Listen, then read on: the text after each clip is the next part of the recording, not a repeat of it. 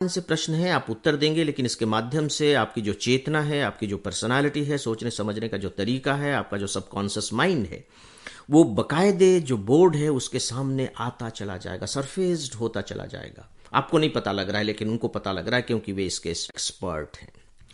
दोस्तों, अगला क्वेश्चन है, आपकी गुणवत्ता क्या है, आपको क्यों चुना जाना चाहिए। देखिए, आपको हम क्यों आईएएस के लिए चुने, ठीक है। इसके बाद है, WTO की साख क्यों गिरती जा रही है, इसके बारे में बताइए। आप पिछले करंट आप क्लिपिंग्स उठा करके देखिए। मुझे लगता है कि 1 सप्ताह पहले या 10 दिन पहले इस पर आपको एक आर्टिकल प्रोवाइड किया गया है, WTO की साख क्यों गिरती जा रही है।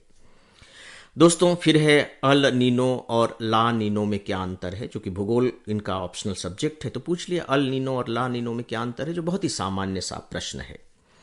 फिर है जीपीएस क्या है, जीपीएस, जीआईएस व रिमोट सेंसिंग में अंतर बताइए। अब ये देखिए, साइंस का क्वेश्चन है, सामान्य सा क्वेश्चन है। जीपीएस हर कोई ज़्यादातर यूज भी कर रहे हैं, लेकिन चूंकि इस स्टूडेंट का बैकग्राउंड साइंस का है, हो सकता है इसके लिए भी पूछ लिया गया हो।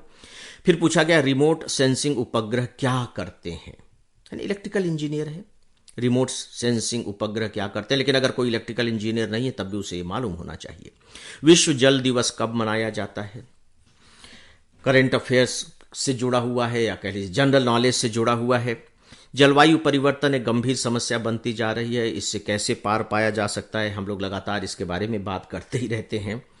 चीन आगे बढ़ रहा है, तो इससे कैसे निपटा जा सकता है, मैंने कितनी बार डेली ऑडियो लेक्चर में इसके बारे में चर्चा की है। और जो क्वाड है वो संगठन खासकर इसी कोशिश में है, चीन से निपटने की कोशिश में है।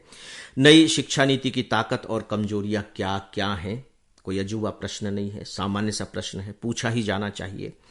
WHO और ICMR अलग अलग सावधानियां क्यों बता रहे हैं कोरोना के लिए, ये एक प्रश्न है और इस पर लगातार डिबेट होती रहती है। अच्छा, फिर ये कहते हैं कि आपकी रुचि क्या है, या उन्होंने फॉर्म में भरा होगा कि पोएट्री में मेरी रुचि है, कविता लेखन में, तो फिर उनसे पूछा गया है कि छायावाद क्या है।